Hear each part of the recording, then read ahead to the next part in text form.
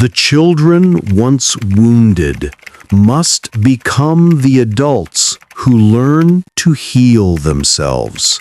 Carl Jung. Imagine a dimly lit room, a child curled up on a worn wooden chair. From the next room come echoes of parental arguments, sometimes harsh words, sometimes chilling silence. In that small heart, love feels like a luxury, never safety, always a risk. Broken promises, absent embraces, invisible expectations. These early lessons teach that the world is unsafe and love can hurt. Now, fast forward to adulthood. That person enters relationships carrying a quiet fear. Fear of abandonment, fear of not being enough, fear that love is always a mistake. They long for closeness, yet push others away. They seek love, yet build walls around their heart. This is the mark of an unhappy childhood, a life without emotional security. Carl Jung, the father of analytical psychology, once said, "Until you make the unconscious conscious, it will direct your life, and you will call it fate." Childhood wounds do not fade with time. They become patterns that shape how we attach, how we love, and how we see ourselves in relationships. In this video, we will explore 7 profound ways your childhood shapes your love styles. We'll uncover why some people develop anxious attachment, why others become compulsive caregivers, and why some learn self-sacrifice to earn affection. By the end of this video, you will understand how your childhood affects your love styles and gain practical tools to break unconscious patterns, cultivate secure attachment, and love with freedom and awareness. This is not about blame or shame. It is about insight, growth, and the possibility of living fully in your relationships. If you're ready to transform the way you love, make sure to like this video and subscribe to my channel, Jungian Mind Shift, so you don't miss any of our Jungian insights. Now, let's explore the first way your childhood shapes your love style. Velcro parenting. Anxious attachment. Some children grow up with parents who are constantly present, yet emotionally unpredictable. They may be loving one moment and distant the next. This inconsistency teaches the child that affection is fragile and must be earned or managed carefully. As adults, these children often develop what psychologists call anxious attachment. They crave closeness, but fear it will disappear. Every unanswered message, every delayed response can feel like rejection or the start of a breakup. Take Maria, for example. She remembers being 8 years old, standing in the hallway of her home, hoping her mother would notice her excitement over a school award. Sometimes her mother praised her, sometimes she barely acknowledged her. As an adult, Maria falls deeply in love, but constantly worries that her partner will leave her. She overanalyzes texts, reads too much into every punctuation mark, and struggles to feel secure even when everything seems fine. Her relationships are intense and passionate, but they are often exhausting and fraught with self-doubt. From a Jungian perspective, this pattern reflects the early imprinting of the child's psyche. The anxious child develops a heightened awareness of the emotional world around them. The shadow in this scenario often contains the repressed fear of abandonment and unworthiness. The persona they wear is one of confidence and care, but underneath lies a constant vigilance. Projection also plays a role, as they may unconsciously project their fear onto partners, interpreting neutral behavior as rejection. Jung taught that these unconscious dynamics are not fate, they are signals from the psyche demanding recognition and integration. When we fail to see these shadows, we remain trapped in cycles of anxiety, replaying childhood patterns in adult love. The collective unconscious reminds us that these patterns are common, shared among countless human experiences, yet each person's individuation journey is unique. Bringing awareness to these impulses allows the adult to respond from choice rather than reflex, transforming fear into insight and self-compassion. Ignoring anxious attachment carries risks. Relationships can become unbalanced, with one partner overgiving and the other withdrawing, creating a repeated loop of tension and misunderstanding. Emotional exhaustion sets in, leading to frustration, resentment, and sometimes avoidance altogether. The individual may feel trapped, believing they are doomed to fail in love, unaware that these responses are echoes of childhood rather than inherent flaws. Understanding the root of these feelings, acknowledging the shadow of fear and longing, and practicing self-soothing strategies can free a person to experience love in a healthier, more secure way. Awareness allows the anxious adult to nurture themselves first, recognize patterns without judgment, and gradually build trust in themselves and their partners. By recognizing anxious attachment as a legacy of early experiences rather than a personal failure, individuals can begin to rewrite their relational story. This understanding opens the door to conscious connection, emotional resilience, and authentic intimacy.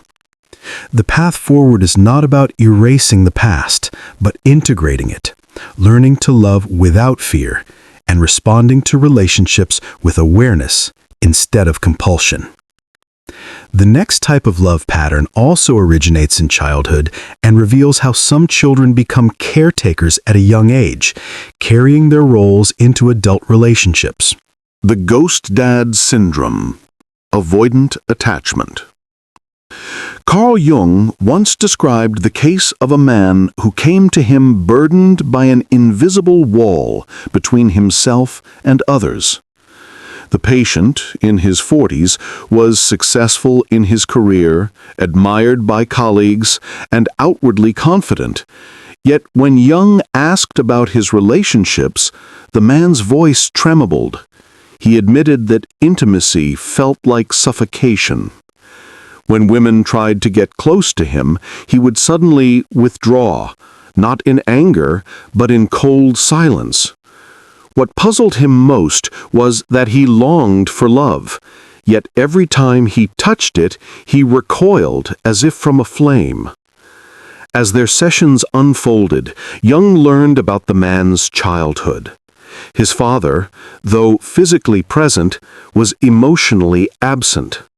There were no warm embraces, no words of encouragement, only a distant figure who seemed like a ghost in the household. As a boy, he quickly learned that expressing need brought no comfort. He stopped asking to be held, stopped crying for help, and built a fortress of self-reliance.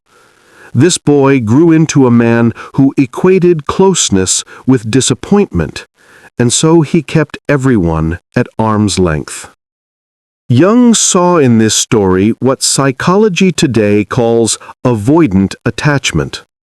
The child, unable to find secure ground in parental love, protects himself by turning inward.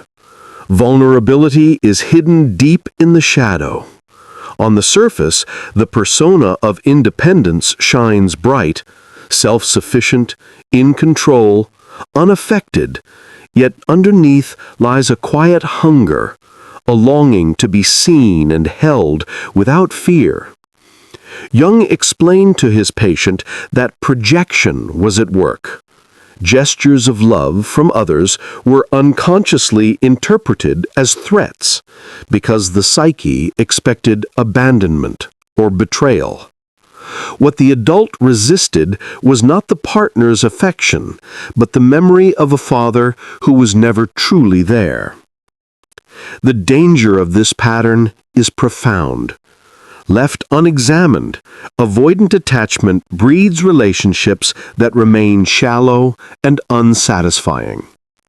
Partners often feel rejected or invisible, while the avoidant individual feels misunderstood, trapped between a desire for closeness and a fear of it.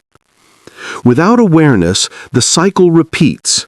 Intimacy arises, anxiety follows, and withdrawal becomes the only escape. Jung believed that until the man could face his inner ghost, the absent father within his psyche, he would never find freedom in love. But there is hope. By naming the wound and acknowledging its power, the man began to lower his defenses. Through therapy, reflection, and self-observation, he practiced small acts of openness, allowing himself to feel vulnerable without retreating. Slowly, the fortress cracked, and genuine intimacy became possible. Jung reminded him that this transformation was not about erasing the past, but integrating it. The absent father had shaped him, but he no longer had to live under that shadow. Perhaps you feel echoes of this story. Do you find yourself pulling away when someone loves you too closely? Do you pride yourself on independence, yet deep down ache for someone who will not leave? These are not signs of weakness. They are the fingerprints of childhood, calling you to bring the unconscious into the light. The Parentified Prodigy, Compulsive Caregiving. In Jung's practice, he often met patients who had learned far too early to become caretakers. But to fully understand this pattern, it is useful to look not only at Jung's insights into archetypes and the shadow, but also at the findings of other psychologists who studied the effects of parentification through direct observation and experiments. One of the most striking bodies of work comes from John Bowlby, the father of attachment theory, and his colleague Mary Ainsworth. In the famous strange situation experiment in the 1970s, Ainsworth placed infants in a room with their mothers and then briefly separated them. Children with secure attachment cried but were comforted easily when their mother returned. But some children, often those who had inconsistent or unavailable caregivers, reacted differently. They became overly clingy, hypervigilant, or tried to soothe their mother rather than be soothed themselves. These were early signs of compulsive caregiving, the child reversing roles and becoming the caretaker. Later studies by Gregory Yurkovich in the 1990s expanded this understanding. He described the parentified child who takes on adult responsibilities within the family, often becoming the confidant of a troubled parent or the emotional stabilizer for siblings.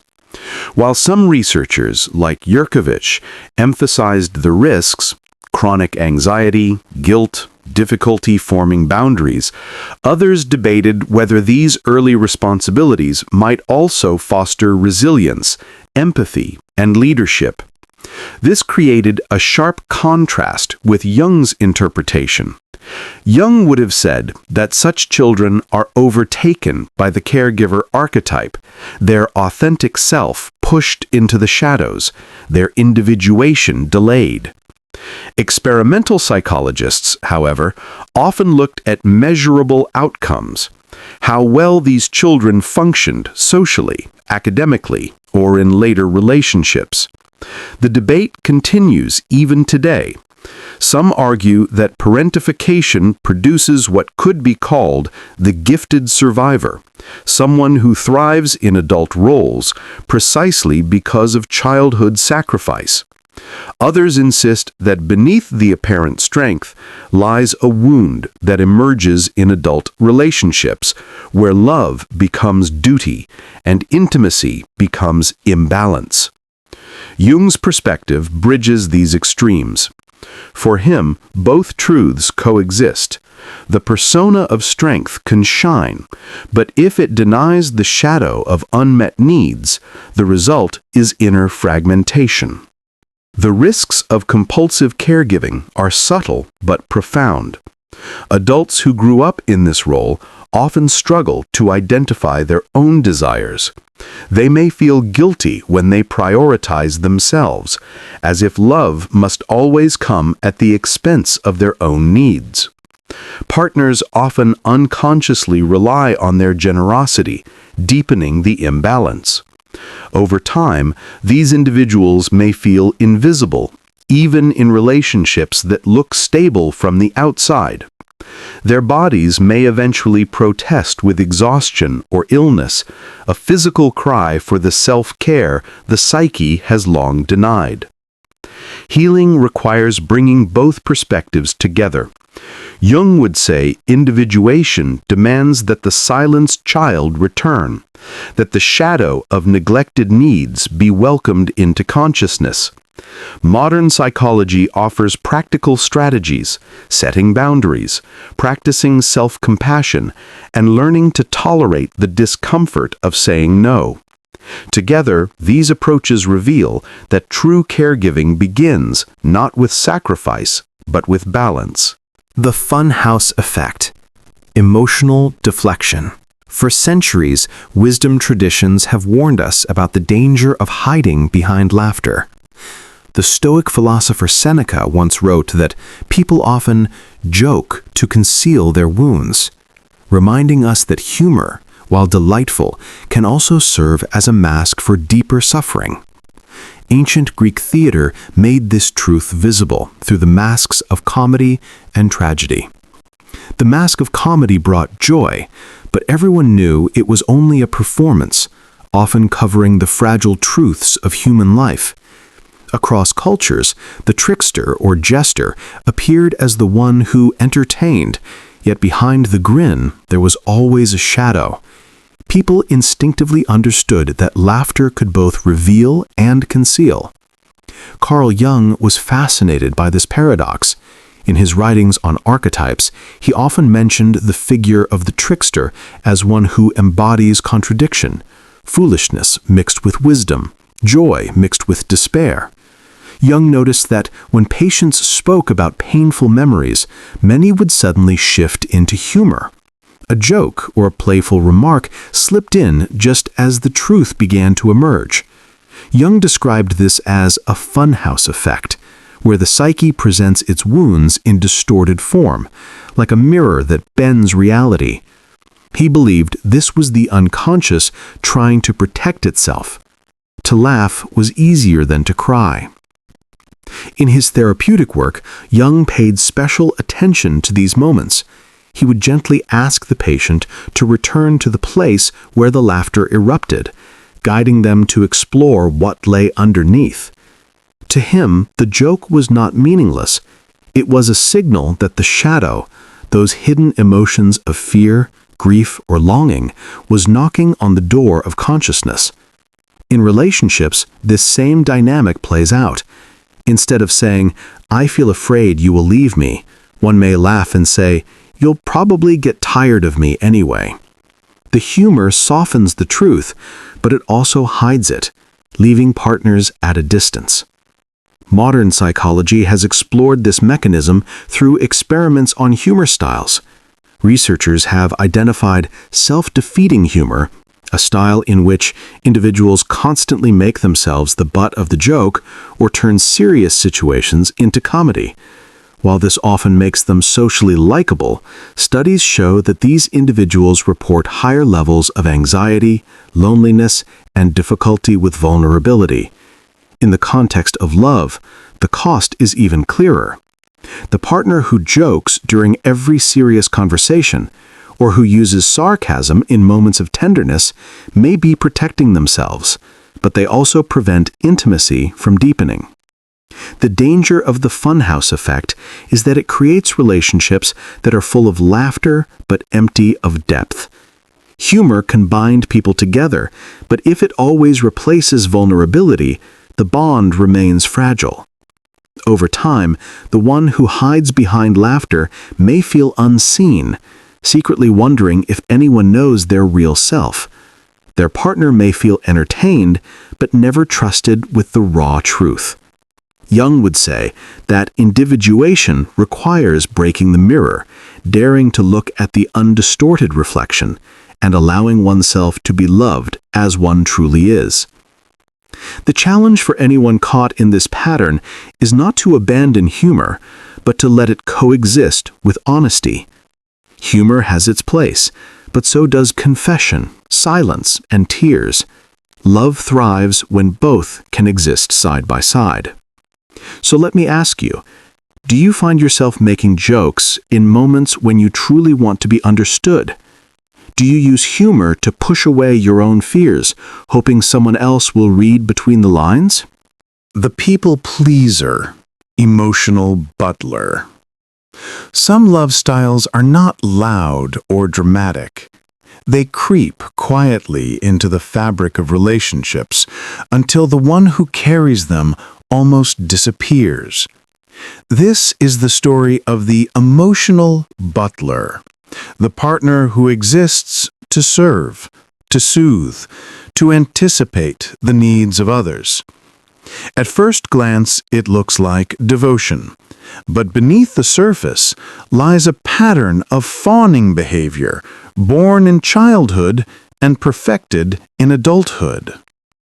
In many ancient teachings, there were warnings about those who live only for the approval of others. Confucius wrote about the danger of forgetting oneself while trying to please everyone around. Greek philosophy spoke of the slave who mistakes servitude for virtue. These traditions understood what modern psychology confirms, that constant self-erasure is not love, but fear, disguised as generosity. Carl Jung encountered this pattern repeatedly. He described it as a distortion of the persona, the social mask we wear to adapt and be accepted. For the people pleaser, the persona becomes so dominant that the authentic self slips into shadow. Patients would sit before him and speak endlessly of what their spouse, their children, or their colleagues needed. Yet when asked what they themselves desired, they grew silent. Jung recognized that this silence was not natural, but learned. It was the survival strategy of a child who discovered early that harmony and approval were safer than honesty. Modern trauma research echoes this. Therapists describe fawning as one of the 4 responses to threat, alongside fight, flight, and freeze. Children who could not fight back against an angry parent or escape a chaotic home often chose instead to appease. They smiled when frightened, agreed when they wanted to resist, and made themselves useful to avoid punishment or abandonment. What began as a tactic for survival hardened into a personality style. In adult relationships, this becomes the emotional butler, the partner who cooks, cleans, listens, and comforts, but never dares to express anger, disappointment, or desire. About the risks. On the surface, such a relationship may look peaceful. Friends admire selflessness. Partners feel attended to. Yet the hidden cost is that the people pleaser loses connection with their own identity. Over time, resentment begins to stir in the unconscious. The partner may not recognize it, but their shadow does. Dreams become filled with anger, fantasies of escape, or sudden images of violence. Jung would say this is the psyche's way of demanding balance, reminding the individual that no one can live forever without acknowledging their own needs. Left unexamined, the emotional butler risks living half a life, always defined by someone else's happiness. The tragedy is that even their love may not feel real, because it comes from fear of rejection rather than freedom of choice. Healing begins when the mask of servitude is laid down, when the repressed anger is acknowledged, and when the true self is given permission to speak. Individuation, in Jung's sense, requires courage, the courage to disappoint others in order to remain whole, the courage to say no so that yes can carry real meaning. Self-sacrificial caregiving, the Cinderella script. There is a familiar story that is echoed for centuries. The tale of Cinderella, a young girl who gives endlessly, who serves without complaint, who waits for love as a reward for her sacrifice. It is not simply a fairy tale. For many people, this script becomes their reality in love. They believe affection must be earned, that care is something to be given but never comfortably received. Beneath their devotion lies a quiet conviction that they are only worthy when they serve. In love, some people step into relationships with open hands, ready to give everything, yet unable to believe they deserve the same in return. This is the Cinderella script. It is the style of love where affection is always tied to sacrifice, where care is offered freely, but receiving it feels almost unbearable. At first glance, such devotion looks beautiful, but hidden within it is a wound, the belief that love must be earned through service. Carl Jung saw this dynamic repeatedly in his patients. One woman described her relationships as endless giving. She cooked, cared, and listened with devotion. But when a partner tried to nurture her, she grew restless. "I don't want to be a burden," she would say. Jung encouraged her to record her dreams. And in them, she often appeared as a maid, working in a great house, carrying trays, cleaning silently, watching others feast while she remained unseen.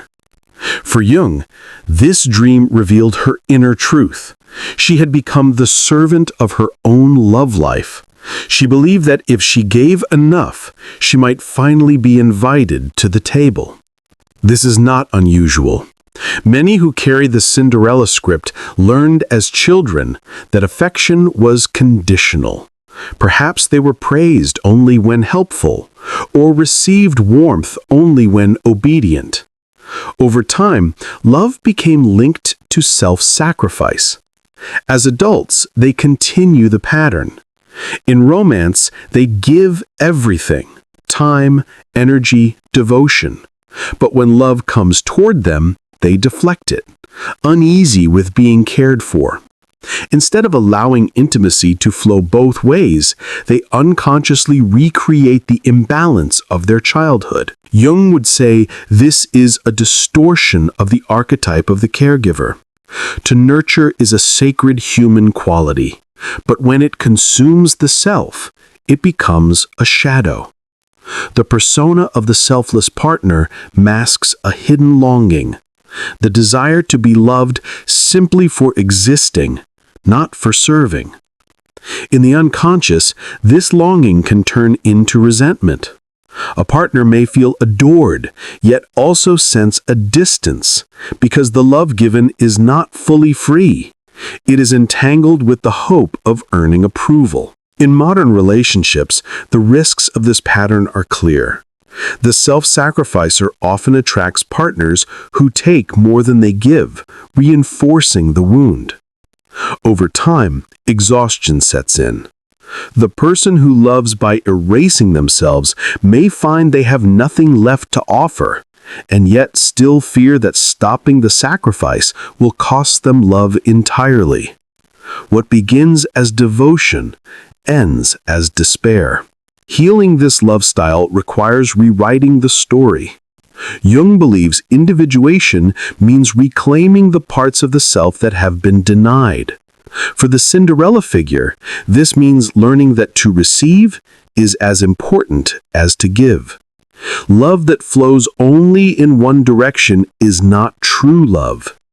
Intimacy thrives when care is exchanged, when both partners can be weak, vulnerable, and held. To allow oneself to be cared for is not selfish. It is the heart's natural balance. The secure attachment, secure unicorn. Among all the love styles shaped by childhood, there is one that often feels as rare and precious as a unicorn.